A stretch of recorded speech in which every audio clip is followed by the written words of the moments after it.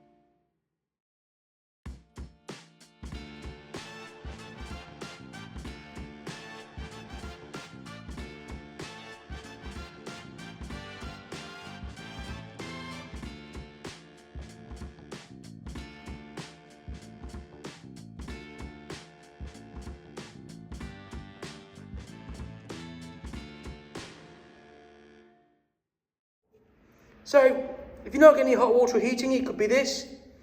This sends the heat source to the radiators or to the hot water, the plate. This is a diverter valve. Turn the power supply on and off, and it will move, open, and there's the ball up. And this is a resistance of 150, plus or minus 10%. No hot water, no heating. This is the diverter valve. So where the shaft goes through it can leak.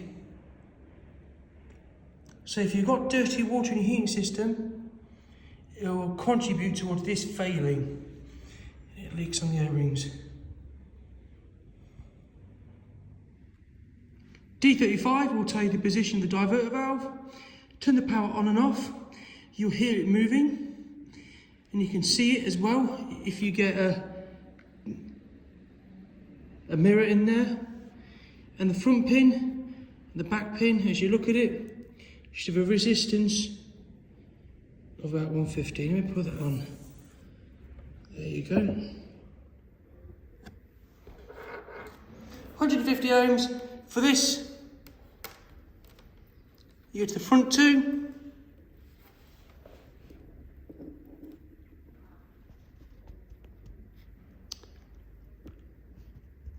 I should read 150, and you go to the back two, they should read 150, plus or minus 10%. Front two, forward, back two, backwards.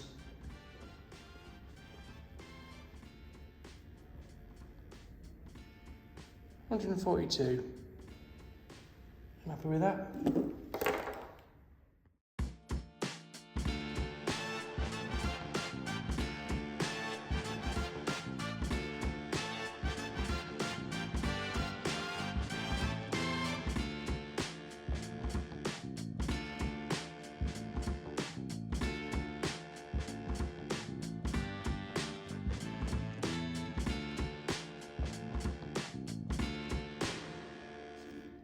So this is the Aqua sensor. If this is working, look at the interface.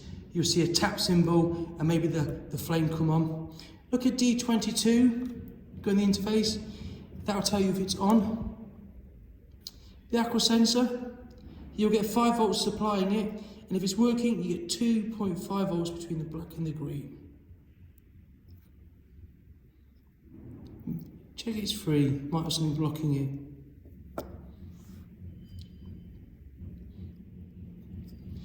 This works using a Hall sensor. So in this impeller is a magnet, and when that spins round, it joins the electric between those 2 points using magnetism.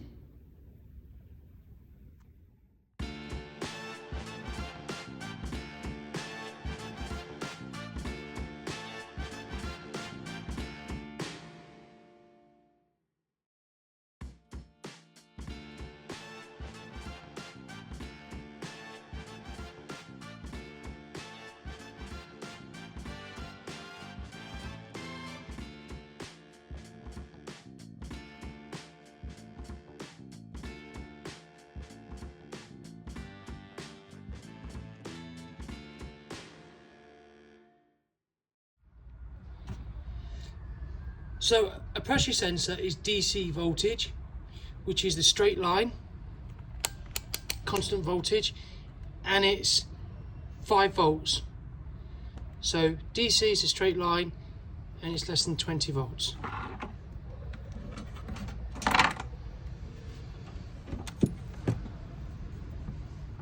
So here we have the connection. I've taken it out just for training purposes. The multimeter ready.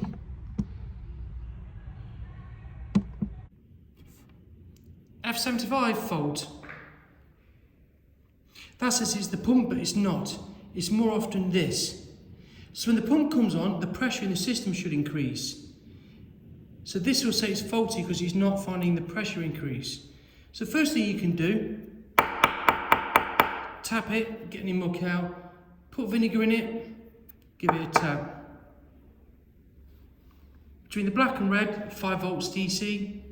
Between the black and the green, you should get 1.7 volts on 1 bar. And this is how the pressure sensor works. So there's a diaphragm with a magnet. So when the pressure is inside and it pushes the magnet up, you'll get 1.7 volts back to the PCB and the magnet will move up. If the pressure inside is really high, the pressure will increase to 2 bar and it will send 2.3 volts DC back to the PCB. DC is a straight line. When the pump comes on, it increases the system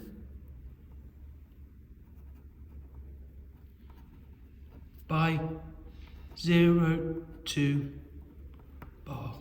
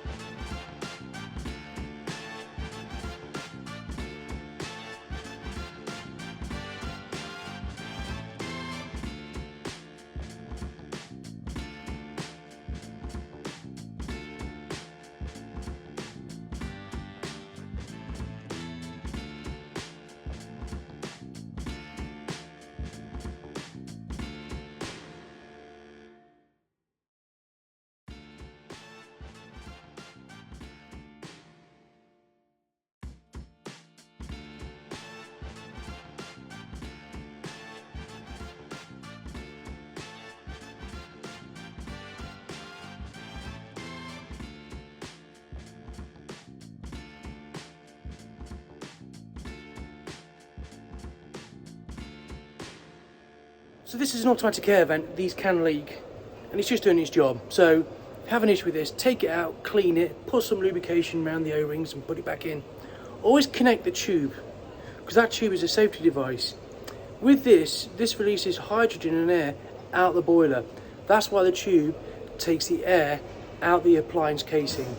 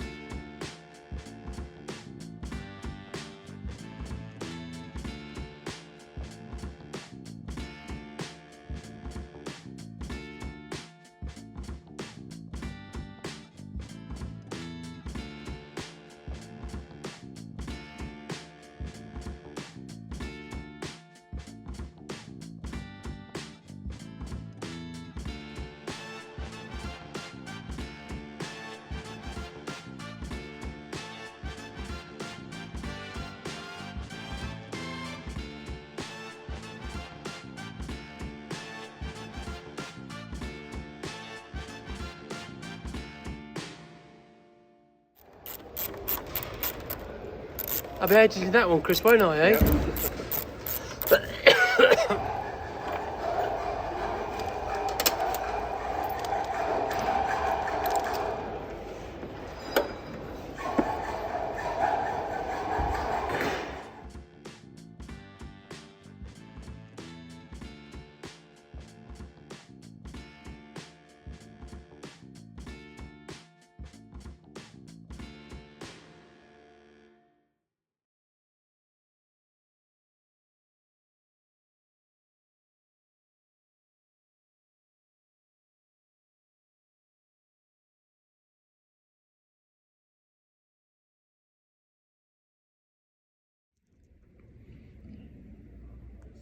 Outside your property, you'll have a pipe coming out the wall, not the flue. That's called a pressure release pipe. With the water getting up to 3 bar on the gauge, it could be this, it could be the vessel. Now this vessel has a little bag inside to absorb pressure. So when the water gets hot, the bag expands.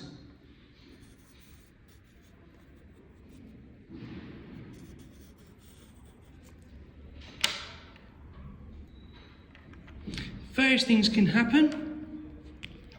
The pressure inside this vessel might need charging, and it should be about 0.7 bar.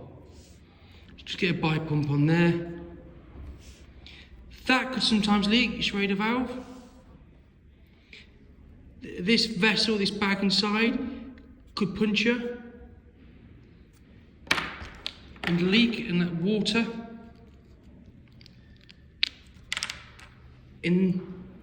inside here. Another problem could be, so it's a good idea to check the vessels. Set this to bar.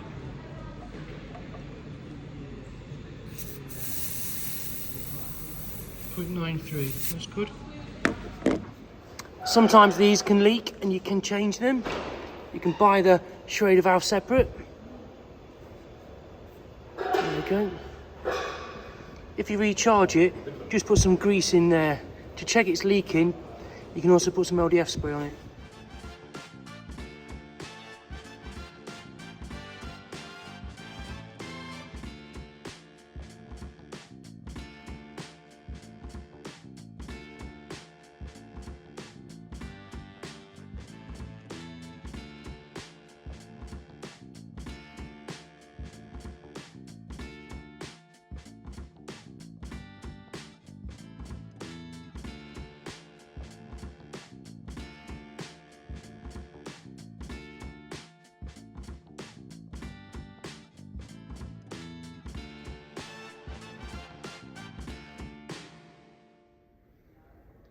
Put vinegar in, either side, boiling water, tap it, flush it out,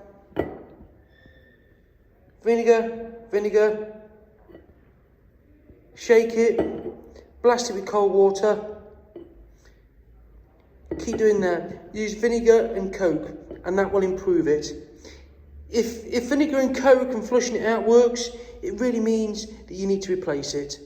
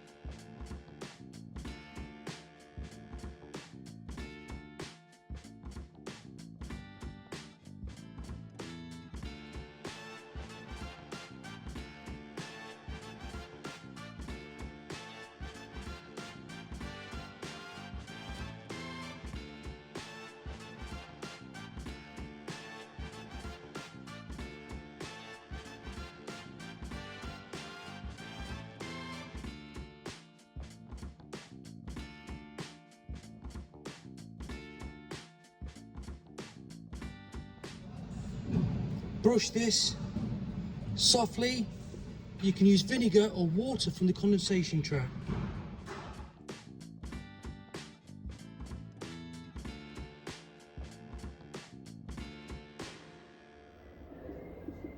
So with this, for about 120 quid, you get the gasket, the pad, the electrodes, so 120 quid plus that. You might as well just get the service kit. Whenever you take the combustion door off, you have to renew the grey seal.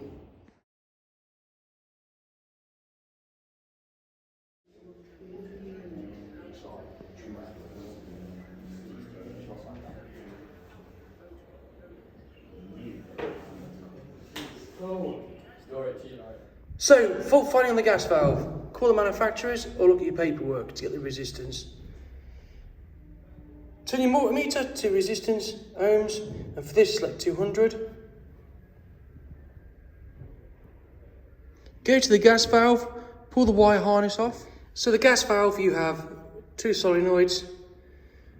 The top two pins between them, you should have 20.5 ohms. The bottom two, 22 ohms. And you're allowed a percentage, a plus or minus 10%. So really, you should be getting between 18 and 24 ohms. Between the outer ones, 42 ohms. So that's resistance, 200. I'll give you an example.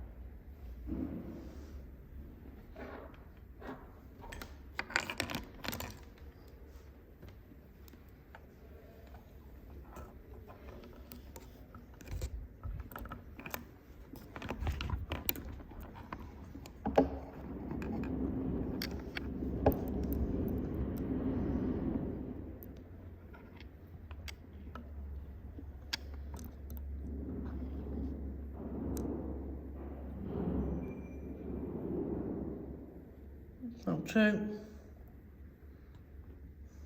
and bottom two.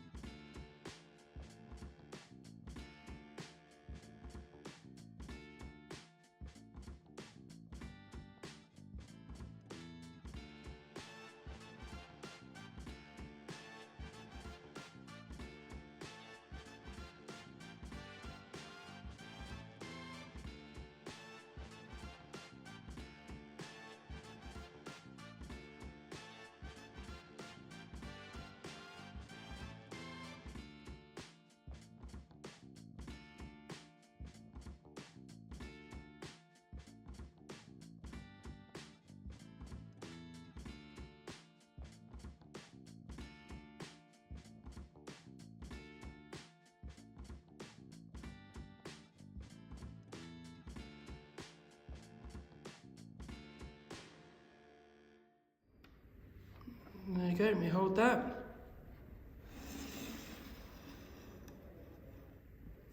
And it's given me 11,150 ohms.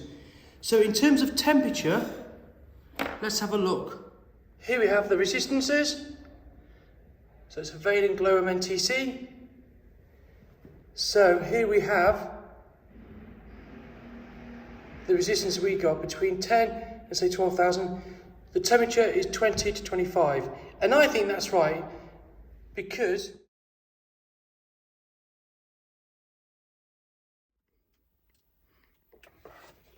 if you think the printed circuit board is faulty, check the internal fuse.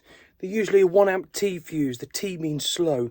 So the external fuse should be 3 amp, the internal fuse should be 1 amp. So you can always check that.